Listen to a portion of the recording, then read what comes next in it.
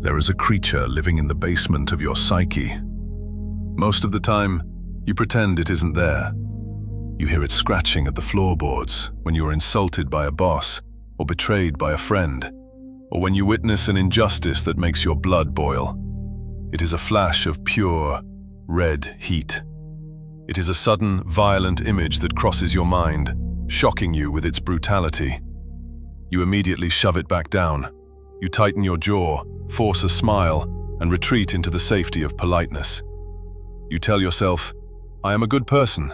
Good persons do not have thoughts like this." You view this inner beast as a defect, a stain on your character that must be scrubbed clean.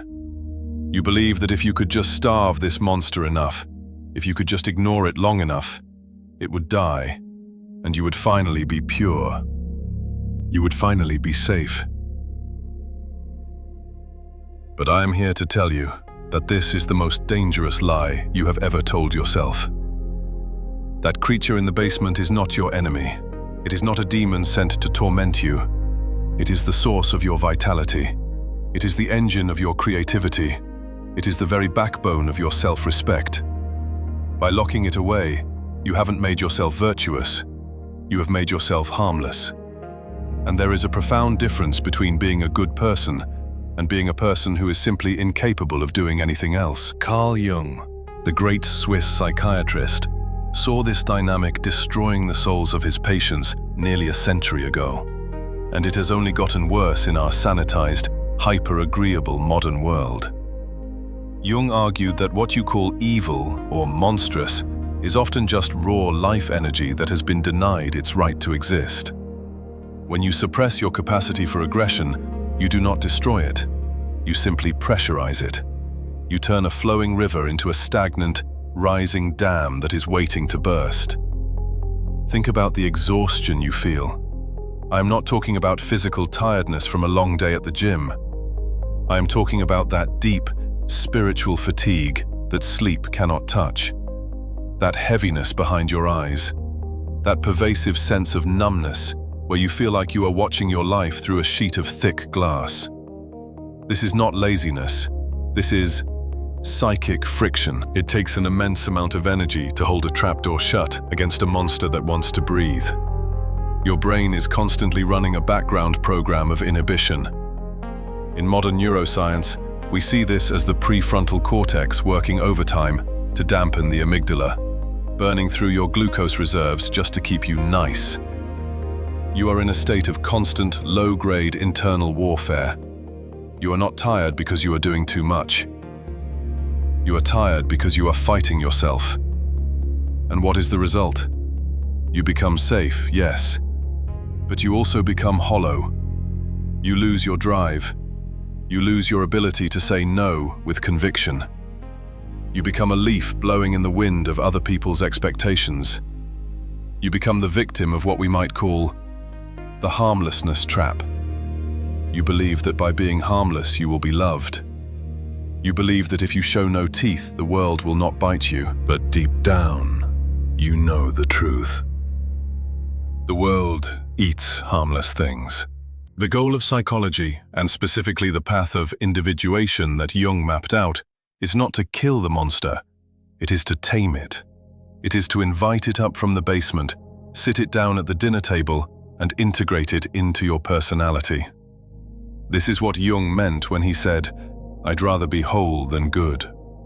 Wholeness requires the dark as well as the light. It requires you to reclaim your capacity for danger. Why?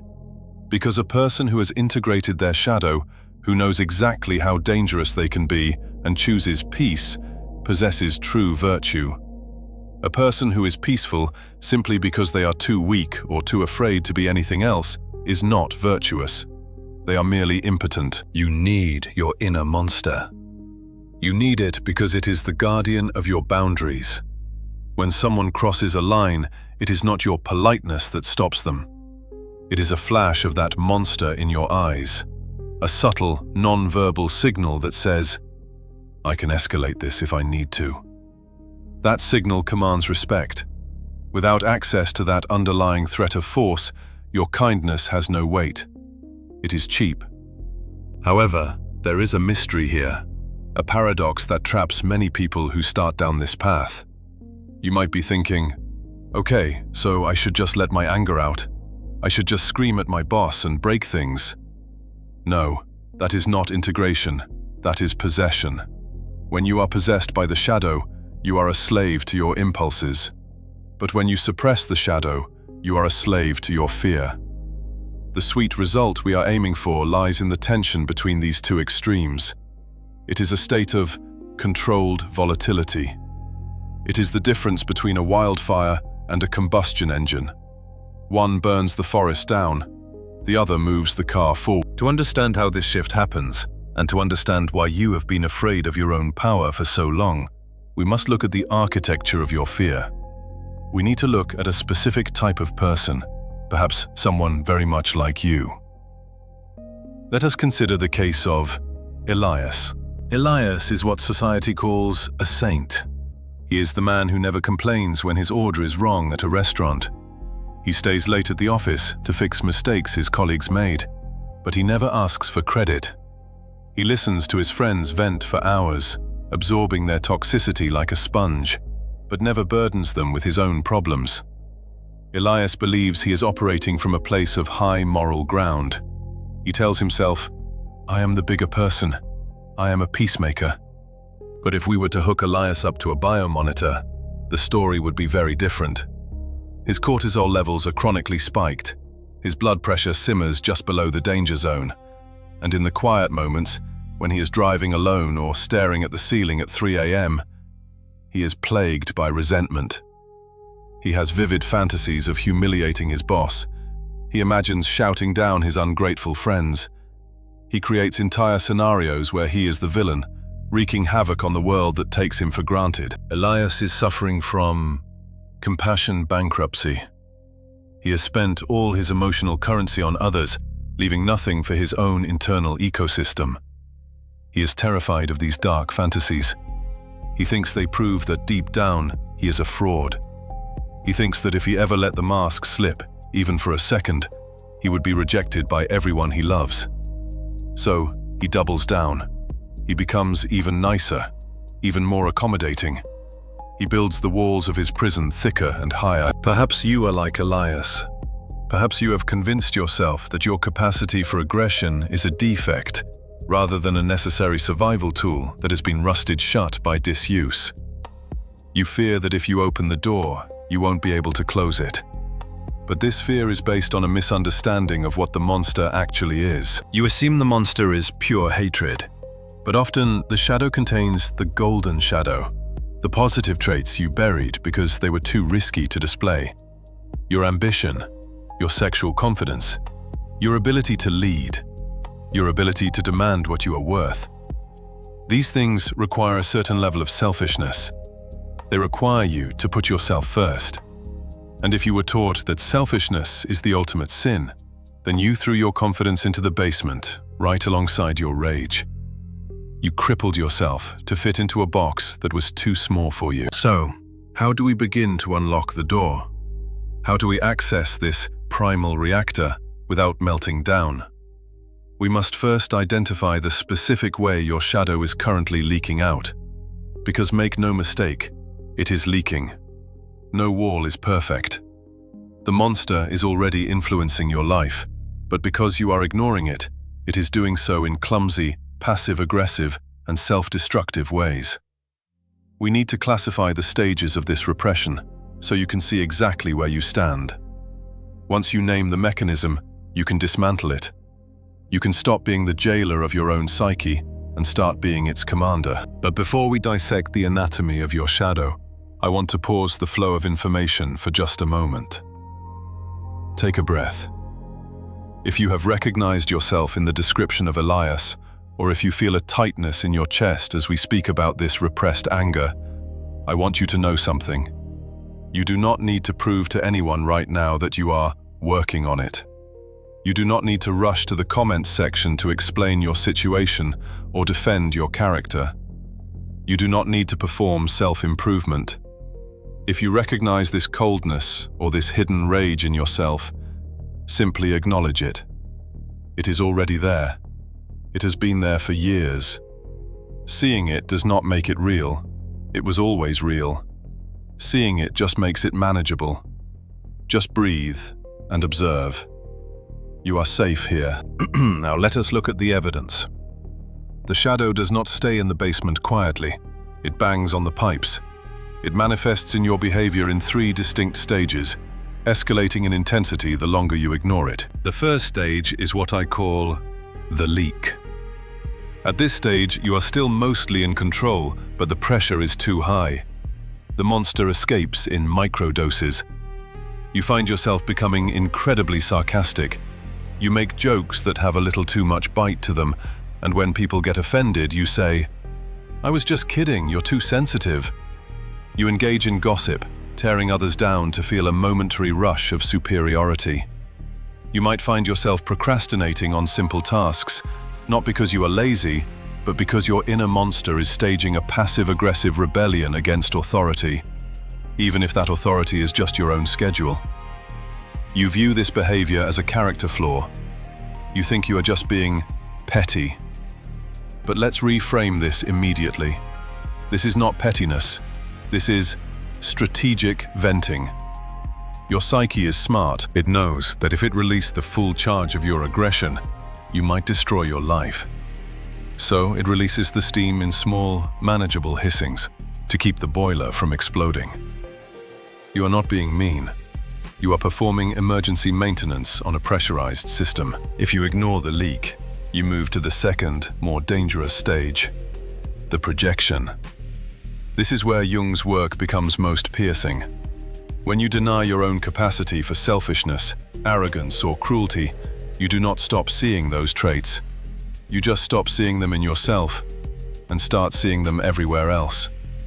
You become obsessed with other people's moral failings. You are triggered instantly by someone who is loud or boastful or rude. You feel a burning, righteous hatred for them that seems disproportionate to the crime.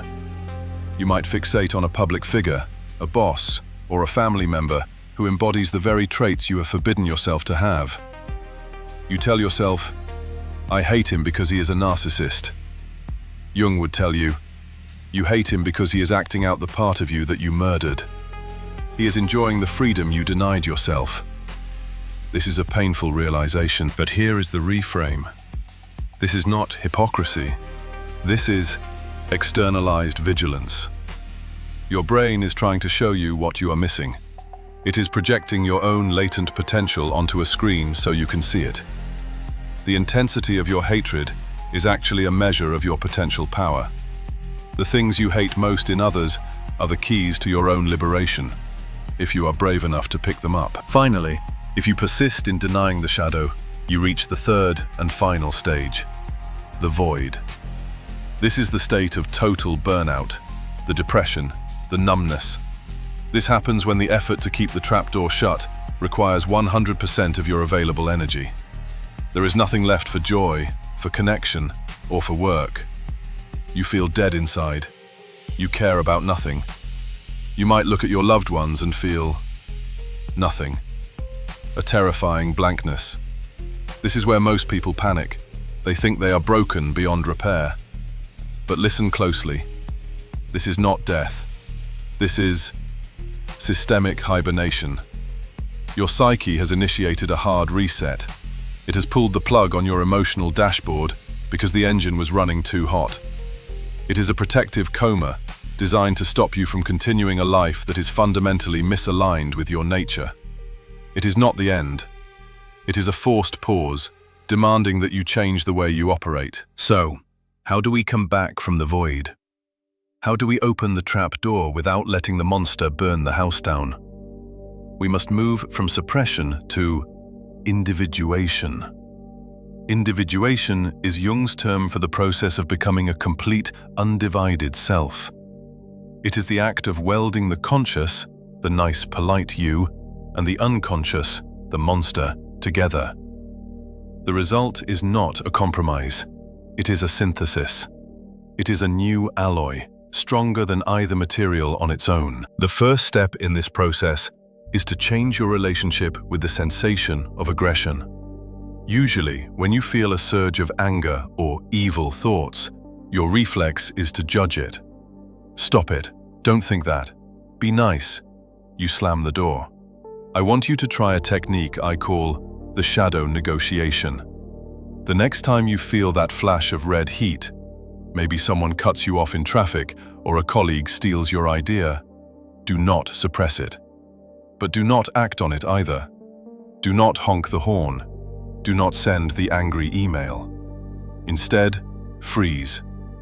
Turn your internal gaze toward the feeling. Visualize that monster in the basement. Imagine opening the door and simply looking at it. Do not tell it to shut up. Ask it a question. Ask it, what are you trying to protect? Because the monster is always protecting something. That rage you feel at your boss, it is protecting your dignity. It is screaming, we are worth more than this. That jealousy you feel toward a successful friend, it is protecting your ambition. It is screaming, we are capable of that too. When you ask, what are you trying to protect? You strip the monster of its terrifying mask and reveal its function. You validate the energy without endorsing the action. This is the neurological magic trick.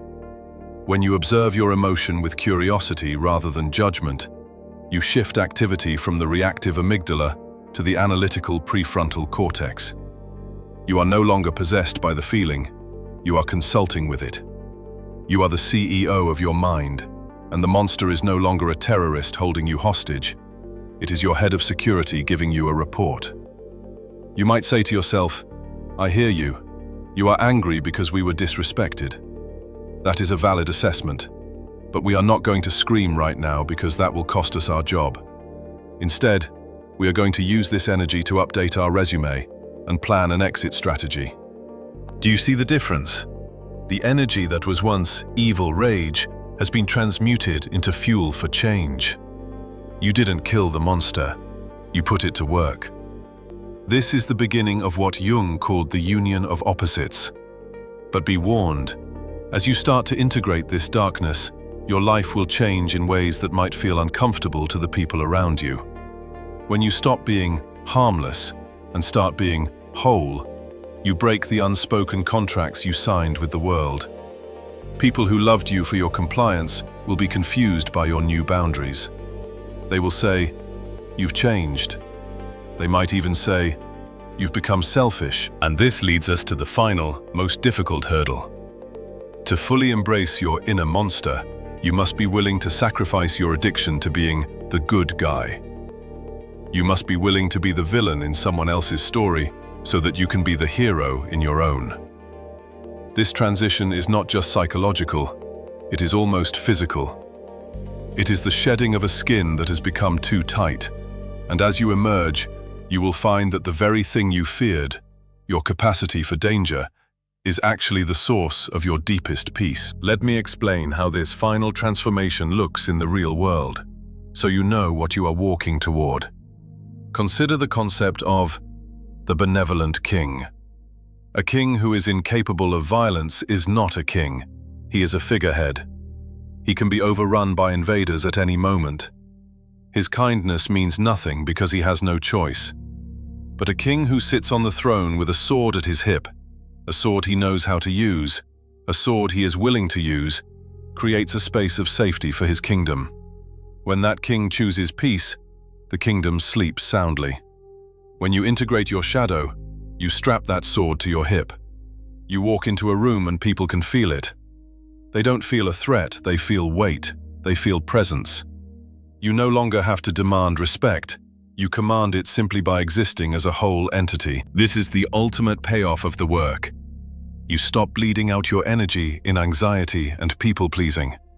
You plug the leaks. You reclaim the vast amount of energy you were using to hold the trapdoor shut. And suddenly, you have that energy available for your life. You sleep better. Your creative blocks dissolve. You speak with a clarity that surprises you. You are no longer a fragmented collection of good habits and bad secrets.